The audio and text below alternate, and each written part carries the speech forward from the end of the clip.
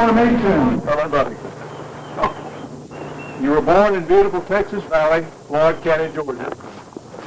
Your three older brothers, Tim, Reuben, and Claude, thought you were the greatest. Sit down, Brittany. Sit down. Sit down and they look on. Calvin Coolidge was President of the United States, and a loaf of bread cost only 9 cents. A gallon of gas was only 12 cents. He arrived a few years before the economic crash of 1929 and the subsequent Great Depression. Things were not really great economically for most Southern farmers, even before the Great Depression. This was true for the Buffington family. The clan increased in the late 1920s and early 1930s, with 3 more boys coming along, Edward, Billy, and James. Unfortunately, the baby, James, contracted pneumonia, passed away at the age of 18 months. Your family moved 2 or 3 times during your childhood, but always stayed in the scenic valley where your ancestors had settled several generations earlier. Your family finally settled in Big Texas Valley Road Farm that had as its favorable attractions a big spring. There was no well or cistern at the house. You and your brothers carried water from that spring to your house for your busy mom. But it wasn't easy because the spring was located a good distance from the house, down a small hill.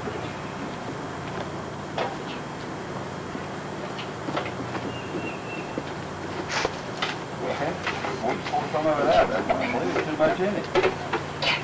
Just a wet You went to school at Crystal Springs near the present Old Armurchie Baptist Church, sometimes riding a horse there and tying it up at the school.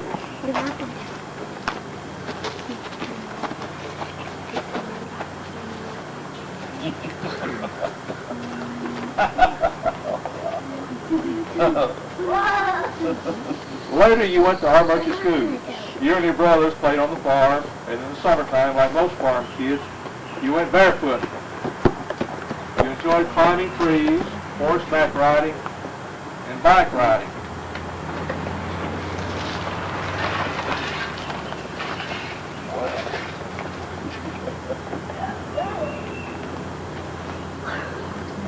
Visiting cousins in the city of Laurel, listening to Dick Tracy and the Lone Ranger on the radio, and waiting in the branch that ran from the spring on your father's farm.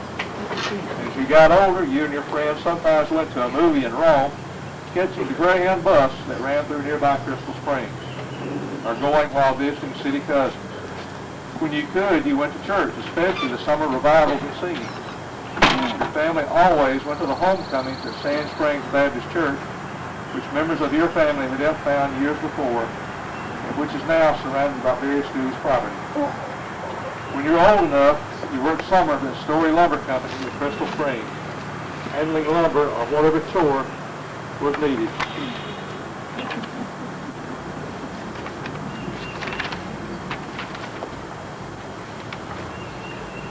You were just a lad of 15, and you and your friends had ridden your bikes on Little Sand Mountain on that beautiful Sunday afternoon in December.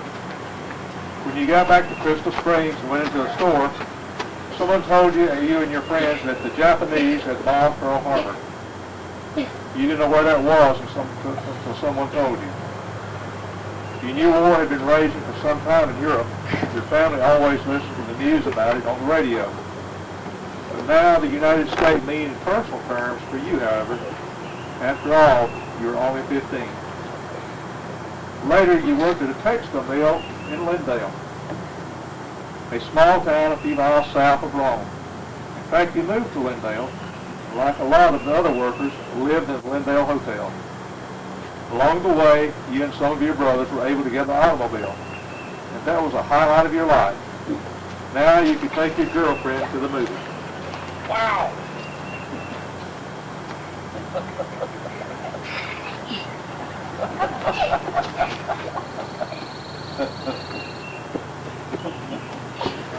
But the war continued, and you saw friends and family members being drafted or joining up, and you knew that if the war continued, you too would one day serve. You turned 18 in May 1944. and you knew that meant your time was just around the corner. It was. You soon got your notice, and you told the draft board you wanted to be in the next batch to go. In August, you went to Atlanta on a bus with a group of other boys from our own area, taking their variety of exams. Soon you were assigned to take basic training at Fort McClellan, Alabama, which wasn't far from Rome. You could go home on some weekends. But the training ended in early winter, and they sent you home on leave not long before Christmas. After those days at home, family members took you to Anniston, Alabama, to catch a train to goodness knows where. They didn't divulge such information about military movements in those days. Your family gave you a watch as a going-away present, a watch which you carried all through the war and have to this day. This watch belonged to Herman Buffington, U.S. Army, 1944 to 1945, in World War II. It was presented to him as a Christmas and going-away gift from his parents and 5 brothers as he left for overseas in December 1944. He wore it in the Battle of Okinawa. It was often rotated during foxhole guard duty to men who had no watches. Several times the watch was lost, only to turn up again. Twice it was returned because the man who had been wearing it had been killed. The train took you across the country, Alabama, finally depositing you in California. While there, you got to spend a few hours at the famous Stage Door Canteen. But then it was on to Oregon and Washington State, from which you shipped out for overseas in midwinter 1945. You got seasick at first.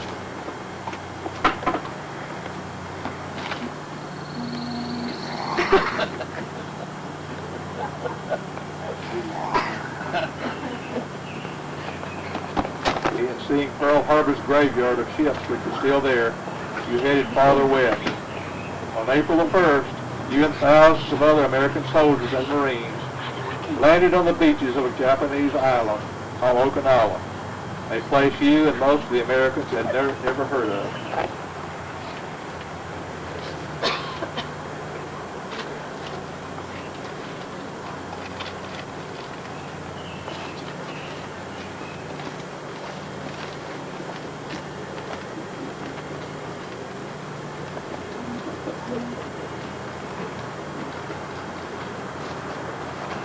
You were there in the thick of battle nearly 3 months before being hit in the leg and leaving the battle just before it ended on that island.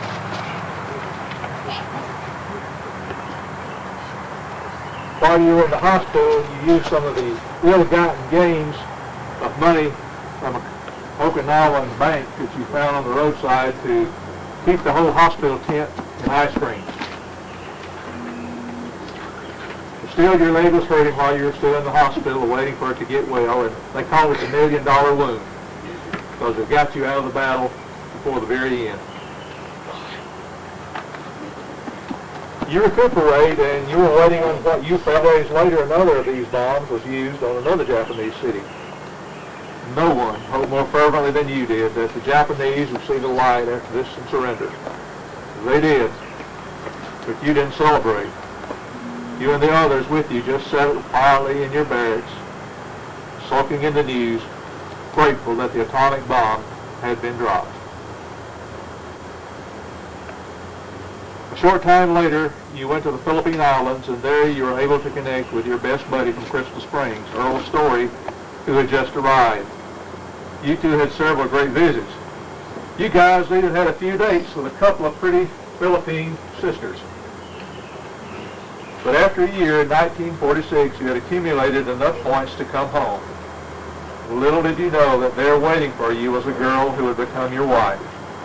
You had never met Helen Toles before, but soon after your arrival home, Earl's girlfriend introduced you. 3 years later, you were married. I do. You went to school and worked, and a decade later you were blessed with the arrival of a son, Michael Herman Buffington, born in January 1959.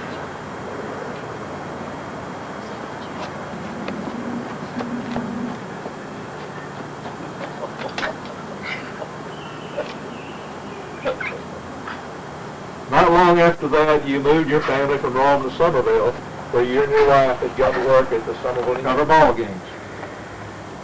You had always wanted to have your own business, and you had thought for some years about the possibility of you and your wife having your own newspaper.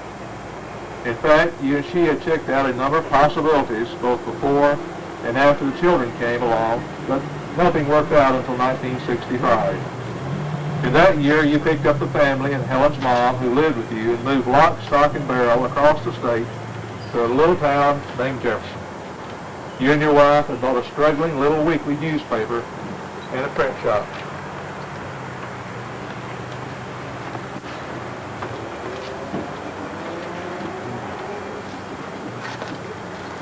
You worked very hard, and you didn't get to spend as much time with your family as you would have liked. So you put the boys to work with you as soon as they were old enough. They would insert sections or empty trash cans, later taking on more responsibility. Gradually, the business began to stand alone. You were able to make the loan payments on schedule. By 1975, you had expanded the building and bought some new equipment.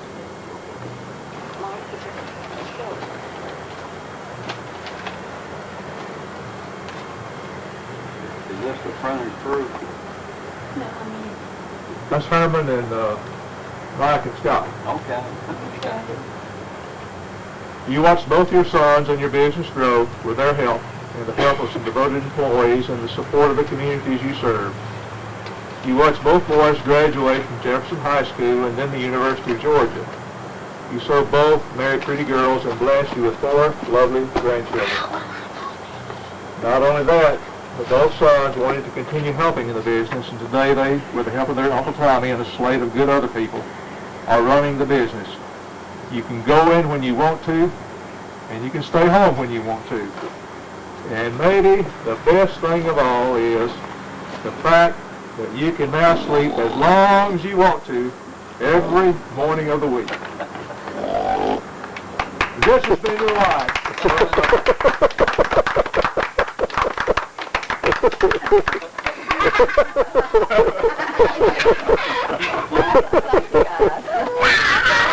Thank you,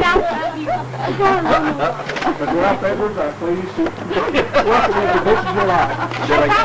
Did I get $1 million? You kids did real good. Sure did. Y'all did good. The narrator did a pretty good job too. Reenactor. Come here, reenactor. Marty. Papa wants y'all. Somebody's gonna make a picture. Somebody's gonna make a picture. Where's the camera at, Mom? Shots. It was the end of the roll. I had to go manually take it out. It's hung up in there. So Oh. set it right there. Come here. Dad. Brett. Come here. Come man. We're gonna face Uncle Scott, and he's We're gonna just make on a that picture. chair over there. We I don't. think Grandma's going to get a still camera. Still camera's not a thing. Oh. Well, we'll just do a video camera then. Marty. Marty, come down, son. Come on, and let's Squish up. just stand here so we can see the picture. Brittany, you hold this plaque right there since you had it. Bart, there you go. He's got lazy eyes, I think, and they just, Mike, Mom going to get her camera? No, hers not any film. She's got a film. Oh, okay. the reading, Smile. the eye vision. Click. All right. Easy to school, but he wanted to wear it. The last time we went, he said he wanted to be a part. He I wanted get to it. wear it. Of course, I'm encouraging him. Click. He put it on, so he went to school the next day. Good job, guys. Good job. And I'm looking at this list when he goes back, it's going to show a lot of improvement. They're making the left eye that's way behind, trying to catch up to the right eye. So he puts it on about 7:30 in the morning, and he's done that. She wore glasses. Yeah. Well, he said he probably always wore glasses because his vision wasn't good. I mean, I've got whatever 20/20. Come on. I want to, no. Marty. Come on. It says Charlotte's I'm going to have you both mad, all of you mad. Happy birthday to you. Happy birthday, dear Papa. Happy birthday to you. Turn the That's a lot of. You will never see it in the back. No, not over. And y'all can help him blow the candles out, since it's just two, but it's a big number. We gotta count to three. Okay. 1, 2, 3. I'll do that. You got the 5, and Larry got the 7.